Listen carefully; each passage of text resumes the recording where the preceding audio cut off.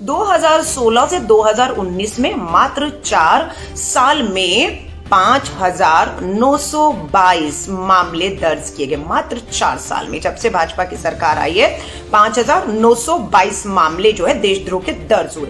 97.8%, लगभग 98% लोगों पर आरोप ही सरकार तय नहीं कर पाई। समझ रहे हैं? 100 में से मात्र 2 लोगों पर आरोप तय हो रहा है और 98% लोगों पर आरोप ये सरकार तय ही नहीं कर पा रही। किस तरीके से यूएपीए कानून का इस्तेमाल हथियार बनाकर अपनी सरकार उसकी नीतियों के खिलाफ उठ रही आवाजों को कुचलने, दबाने की कोशिश केंद्र की भाजपा सरकार कर रही है, वरना 98% मामलों में आरोप ही नहीं तय कर पा रहे हैं। इस देश में कहा जाता है 10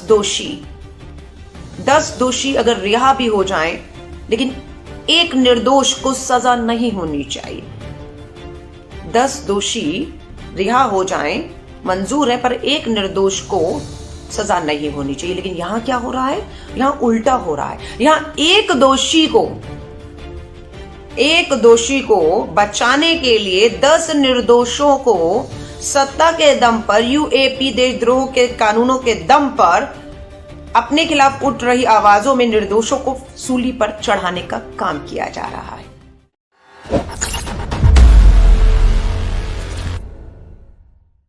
जय हिंद साथियों, आप सभी का स्वागत है। UAPA, you unlawful A activities, P prevention A act, unlawful activities prevention law, जिसे हम देशद्रोह कानून भी कहते हैं। इसे हिंदी में गैर कानूनी गतिविधियां रोकथाम अधिनियम कहते हैं। ये कानून 1967 में आया था, लगभग 54 साल पहले ये कानून यूएपीए देशद्रोह के जो कानून है ये आया था, और इसमें 6 बार संशोधन किए गए। अंतिम संशोधन केंद्र की भाजपा सरकार ने 2019 में किया, 6ठा संशोधन यूएपी देशद्रोह के जो कानून में संशोधन है। अब जब देखा गया कि 54 साल इस कानून को हो गए, लेकिन जितने मामले पिछले 4 साल में दर्ज हुए हैं वो शायद 54 सालों में भी नहीं हुए, क्योंकि इस सरकार के खिलाफ जो भी आवाज उठाता है वो उसे देशद्रोही लगने लग जाता है। और 2019 का जो संशोधन हुआ उसमें ये संशोधन है कि पहले संस्थाओं के ऊपर बड़ी बड़ी ये जो है यूएपीए देशद्रोह के जो है मामले लगते थे, मुकदमे होते थे, लेकिन अब सरकार ने तय किया हर एक इंडिविजुअल आदमी भी, व्यक्ति भी अगर सरकार की नीति उनके खिलाफ आवाज उठाएगा, अब उसको भी देशद्रोह के मुकाबले, वरना ये पहले आतंकियों पर, आतंकी वारदातों को अंजाम देने वाले लोगों पर लगता था। लेकिन अब 2019 का जो 6ठा संशोधन आया है उसमें यह हो गया है कि अब सरकार के भी खिलाफ कोई अकेला व्यक्ति भी बोलेगा, उसे भी इस कानून के तहत पकड़ लिया जाएगा। अब मैं आपको बताती हूं, ये मैं नहीं कह रही, यूट्यूब पे जाइए, संसद के, राज्यसभा, लोकसभा के अंदर केंद्र के जो राज्य गृह मंत्री हैं उनका ये बयान है। उनसे जब सवाल किया गया कि कितने मामले अभी हाल ही में देशद्रोह के दर्ज हुए, तो उन्होंने आंकड़ा दिया, सुनिएगा। जितने मामले 24 साल 54 इयर्स में, 54 सालों में नहीं हुए, उतने मात्र पिछले 4 सालों में। 2016 से 2019 में मात्र 4 साल में 5,922 मामले दर्ज किए गए। मात्र 4 साल में, जब से भाजपा की सरकार आई है, 5,922 मामले जो है देशद्रोह के दर्ज हुए।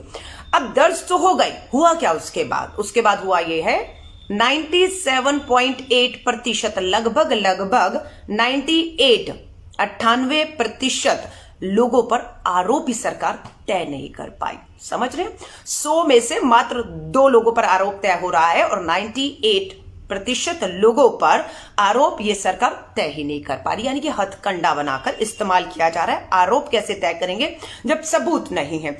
अब आपको बताती हूं, 124A ये राजद्रोह का जो है ये कानून है, राजद्रोह का मुकदमा दर्ज होता है। इसमें कितने मामले आए?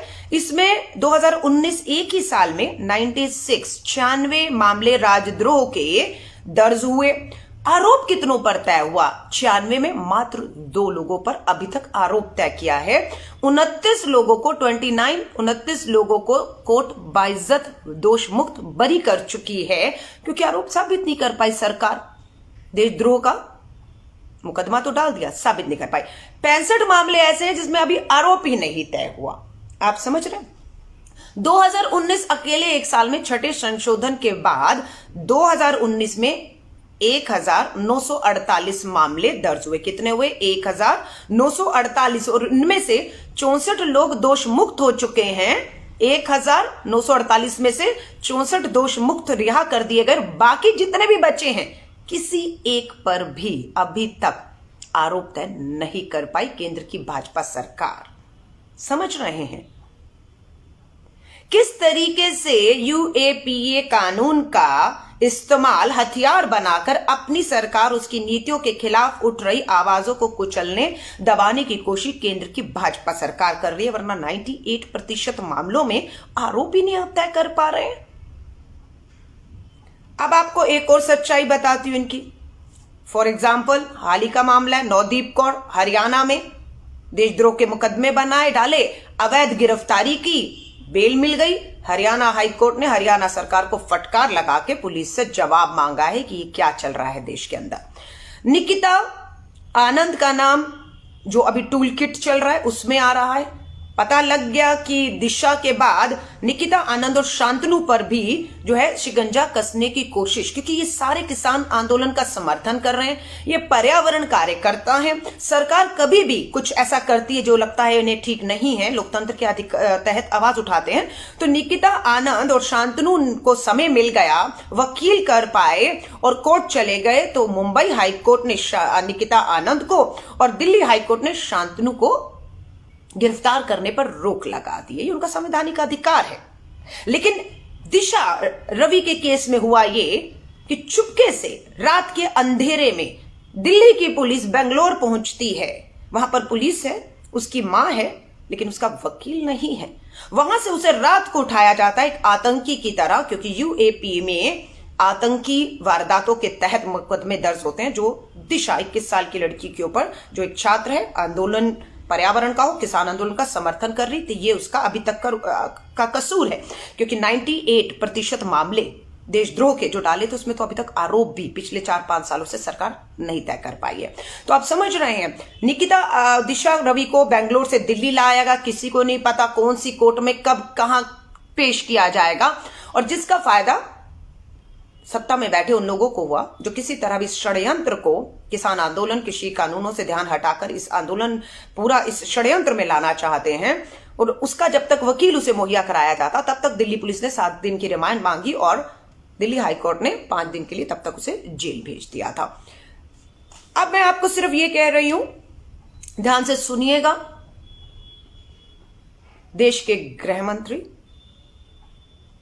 भाषण यूट्यूब पे है, बीजेपी की साइट पर है, सुनिएगा। पश्चिम बंगाल के चुनाव होने जा रहे हैं। चुनाव पूरी तरह से हिंसक है, खून खराबे वाला होने वाला है। ये देश के प्रधानमंत्री ने भाजपा के मुख्यालय में बिहार चुनावों के बाद ही बता दिया था। अब देश के गृह मंत्री, मुझे लगता है वो गृह मंत्री कम भाजपा के नेता के तौर पर ज्यादा सक्रिय रहते हैं। तभी दिल्ली का ये हाल है, दंगे हो गए, बम ब्लास्ट हो जाता है। 26 जनवरी को पूरी हिंसा हुई, आरोपी इनके हाथ से 15 दिन तक जो है भागे फिर रहे दीप सिद्धू। लेकिन निकिता को बेंगलोर से 2 मिनट में इन्होंने एक टूल किट, जो गैर कानूनी काम नहीं है, टूल किट बहुत है, हम लोग भी बहुत सी टूल किट पे जुड़े हुए हैं। अपने संदेश, मैसेज, हम लोगों को जो हैश ट्रेंड करने होते हैं वो सब वहीं से हमें मिलते हैं। तो ये गैर कानूनी काम नहीं है। सो अमित शाह जी कहते हैं, देश के गृह मंत्री तो नहीं कहूंगी, भाजपा के बहुत बड़े नेता हैं, अपने संसाधनों का, ताकत का, सत्ता का इस्तेमाल करके पश्चिम बंगाल में बता रहे हैं सोशल मीडिया अपने कार्यकर्ताओं को 50 लाख व्हाट्सएप ग्रुप बने हैं। उस 50 लाख व्हाट्सएप ग्रुप पर आप हंसना और डराना शब्द देखिए गृह मंत्री जी का। 50 लाख में डराना भी पड़े, नफरत, हिंसा, डराना आप डरा सकते हैं। ये खौफ, ये डर, ये आतंक नहीं है क्या? इस तरह का बयान, टूल किट और व्हाट्सएप में अंतर क्या है? अगर दोनों का इस्तेमाल डराने में, हिंसा करने में, आवाज को दबाने में, सिर्फ राजनीतिक मकसद साधने में कर रहा है, तो मुझे लगता है यूएपीए के तहत तो देश के गृह मंत्री अमित शाह जी पर भी इस बयान के बाद मामला दर्ज हो जाना चाहिए। पर हिंदुस्तान है, ये उम्मीद आप छोड़ दीजिए कि यहां ऐसा कुछ होगा कि देश के प्रधानमंत्री, रक्षा मंत्री, पुराने नए, बल्कि किसी को भी आप छू भी सकते हैं। कहते हैं ना, जिसकी लाठी उसकी भैंस। सो ये आपको मैं यूएपीए कानून के बारे में बता रही थी। सरकार जिस तरीके से इसका दुरुपयोग कर रही है, तालेबंदी खत्म हो गई, सब कुछ खुला हुआ है, कुछ नहीं खुला तो दो चीजें ध्यान दीजिएगा।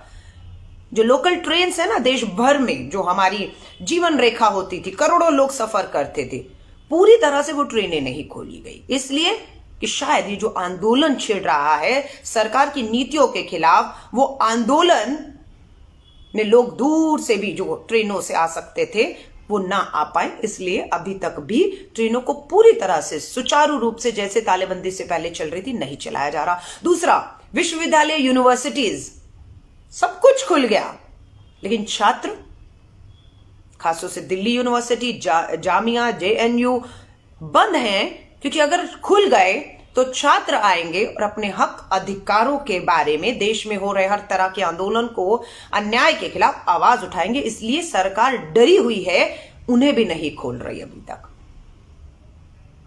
25 साल पहले दिल्ली विश्वविद्यालय छात्र संगठन की अध्यक्ष रही, तब व्हाट्सएप, फेसबुक, ट्विटर कुछ नहीं हुआ करता था। उस समय ये टूल किट क्या है व्हाट्सएप हमें नहीं मालूम था, लेकिन आज का जो युवा है ना, वो बहुत पढ़ा लिखा है, जागरूक है, वो हर तरह के आंदोलन में, चाहे किसान आंदोलन हो, पर्यावरण को लेकर आंदोलन हो, भ्रष्टाचार के खिलाफ आंदोलन हो, बेरोजगारी आंदोलन हो, उसमें हिस्सा ही नहीं लेता। वो फेसबुक, व्हाट्सएप, इंस्टाग्राम, ट्विटर सबका टूल किट बनाकर इस्तेमाल करता है और अपनी आवाज को बुलंद करता है। और कहीं ना कहीं सरकार को इसी सब खतरा लगने लग गया है, इसलिए इनकी आवाजों को कुचलने के लिए यूएपीए देशद्रोह कानूनों का इस्तेमाल मात्र अपने खिलाफ उठ रही आवाजों को दबाने के लिए कर रही है। अगर सबूत होते तो 5,000, 6,000 यूएपीए के अंदर जो पिछले 4 साल में मामले दर्ज हुए हैं, 98% मामलों में आरोप नहीं तय कर पा रही सरकार, सबूत नहीं है। लेकिन होता क्या है, मैं एग्जांपल लेती हूं दिशा रवि का। 21 साल की लड़की है, पर्यावरण कार्यकर्ता है, बहुत मुखर है, अपनी जो ताकत है डिजिटल इंडिया के तहत टूल किट हो, इंस्टाग्राम हुआ, उसका इस्तेमाल करने युवा जानते हैं, दिशा रवि भी जानती है। वही वो कर रही थी जो सरकार को लगा कि एक आंदोलन बन सकता है। मैं ये पूछना चाहती हूं, टूल किट इतना ही खतरनाक है, मैंने कल भी कहा, परमाणु बम से भी ज्यादा अगर घातक है तो क्यों नहीं अमित शाह जी, जो 50 लाख मात्र वेस्ट बंगाल में आपने व्हाट्सएप ग्रुप बना दिए हैं, यूपी में भी आप बता रहे थे 23 लाख बनाए थे, इन सबको एक टूल किट बनाकर पाकिस्तान और चाइना के खिलाफ आप इस्तेमाल क्यों नहीं कर लेते? ये समझ नहीं आता है। अगर इतना ही घातक है परमाणु बम, एक दिशा रवि की ट्वीट क्या कहते हैं, टूल किट से 134 करोड़ का भारत, उसकी सुरक्षा खतरे में आ सकती है, तो ये जो बंगाल में आप इस्तेमाल कर रहे हैं डराने के लिए, चीन पाकिस्तान को नहीं डरा सकते, आपकी इतनी हैसियत औकात नहीं है, ये हमने देख ली है, वो आपको आंख उठाकर देख रहा है। आप डराने का काम, डराने की बात किसको कर रहे हैं? भारतीयों को डराइए, उन लोगों को, युवाओं को डराइए जो इनके खिलाफ आवाज उठा रहे हैं। अंतिम शब्द कहूंगी, सही लगे इस वीडियो को शेयर कीजिएगा कि जिस तरह से इस देश में कानूनों का इस्तेमाल अपने खिलाफ उठ रही सरकार आवाजों के लिए कर रही है। इस देश में कहा जाता है 10 दोषी अगर रिहा भी हो जाएं, लेकिन एक निर्दोष को सजा नहीं होनी चाहिए। 10 दोषी रिहा हो जाएं मंजूर है, पर एक निर्दोष को सजा नहीं होनी चाहिए। लेकिन यहां क्या हो रहा है? यहां उल्टा हो रहा है। यहां एक दोषी को बचाने के लिए 10 निर्दोषों को सत्ता के दम पर, यूएपी देशद्रोह के कानूनों के दम पर अपने खिलाफ उठ रही आवाजों में निर्दोषों को सूली पर चढ़ाने का काम किया जा रहा है। शर्म करिए, मैं कहूंगी संघियों से, भाजपा आईटी सेल के, डूब मरिए चुल्लू भर पानी पर। 98% लोगों पर आप देशद्रोह के मुकदमे को साबित नहीं कर पाए अभी तक, लेकिन आप हमारी बेटियों पर यूएपीए देशद्रोह के मुकदमे डालकर उनका चरित्र हनन कर रहे हैं। शर्म आती है इस संघी मानसिकता पर। दिशा रवि दोषी जब होगी तब होगी। 98% लोग तो अभी तक दोषी आरोप ही नहीं तय कर पाए, लेकिन उसका चरित्र हनन, वो गर्भवती है, उसकी फोटोओं के साथ छेड़खानी किया जा रहा है। मैं ये पूछना चाहती हूं, ये जो भरपाई है, क्या आपने दिशा रवि और उनसे बहुत से छात्रों को पिछले 2019 से जब से आपने छठा संशोधन यूएपीए में किया है कि आप एक अकेले व्यक्ति भी आपके खिलाफ बोले उस पर देशद्रोह के मुकदमे डालकर उठा सकते हैं, तब से आपने 1940 के करीब लोगों को गिरफ्तार किया है। मैं ये पूछना चाहती हूँ, दिशा रवि या उससे जुड़ी हुई हमारी जो बेटियां हैं, आप रात के अंधेरे में उन्हें उठा रहे हैं, 5 दिन की पुलिस हिरासत में भेज रहे हैं, उसका चरित्र हनन कर रहे हैं। क्या होगा अगर आरोप तय नहीं हो पाए?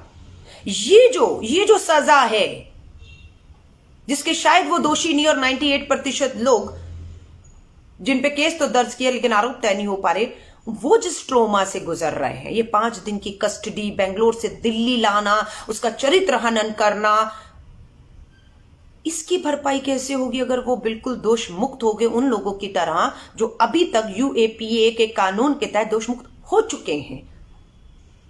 आपने उन्हें टॉर्चर किया, उनका चरित्र हनन किया, उन्हें जेल में रखा, उन्हें प्रताड़ित किया। उनके साथ जो लोग आंदोलन में, किसी भी तरह के पर्यावरण, किसान आंदोलन, भ्रष्टाचार आंदोलन में जुड़े हुए लोग हैं, उन्हें आपने खौफ में ले लिया। डर, अमित शाह जी जो आप डर शब्द का इस्तेमाल कर रहे थे ना, आप उन सभी को डराने की एक कोशिश कर रहे हैं।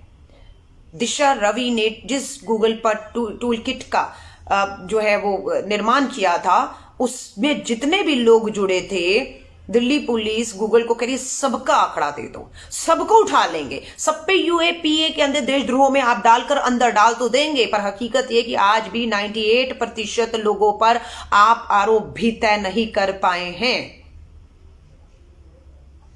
और ज्यादातर लोगों को आपको जो है कोर्ट को बाइज्जत बरी करना पड़ा है। लेकिन जिस ट्रोमा से, जिस अन्याय से, जिस शोषण से वो गुजरे हैं, उसकी भरपाई कौन करेगा? डरा रही है सरकार, डरने वाले डरिए, चुप करके घर में दुबक कर बैठे रहिए। लेकिन जो लोग हिम्मत है, जिन्हें लगता है कि नहीं ये गलत हो रहा है, ये अन्याय हो रहा है, इसके खिलाफ हमें बोलना होगा, हिम्मत करके बोलिए। और ऐसे ही लोगों को देश की जरूरत है। कायर, कमजोर लोगों की जरूरत नहीं है जो डर के घर में दुबक के बैठ जाएंगे मात्र इसलिए क्योंकि ये सरकार डराना जानती है। ये सरकार यूएपीए जैसे कानूनों को हथियार बनाकर अपनी सरकार की कानून और नीतियों के खिलाफ उठ रही आवाजों को दबाना जानती है। सरकार के खिलाफ बोलना देश के खिलाफ बोलना नहीं, देश के लिए बोलना है। समझ लीजिएगा ये। आप सभी से विदा लेती हूं। उम्मीद करती हूं ज्यादा से ज्यादा इस वीडियो को शेयर करेंगे ताकि यूएपीए जो कानून है, जिसका दुरुपयोग केंद्र में बैठी भाजपा सरकार एक राजनीतिक मकसद से कर रही है, वो बेनकाब हो सके और हम एक दूसरे को यूं ही ताकत देते हुए आगे बढ़ते रहें। जय हिंद, जय भारत। अगर आपको हमारे वीडियोस पसंद आए तो प्लीज लाइक करें, सब्सक्राइब करें और शेयर करें।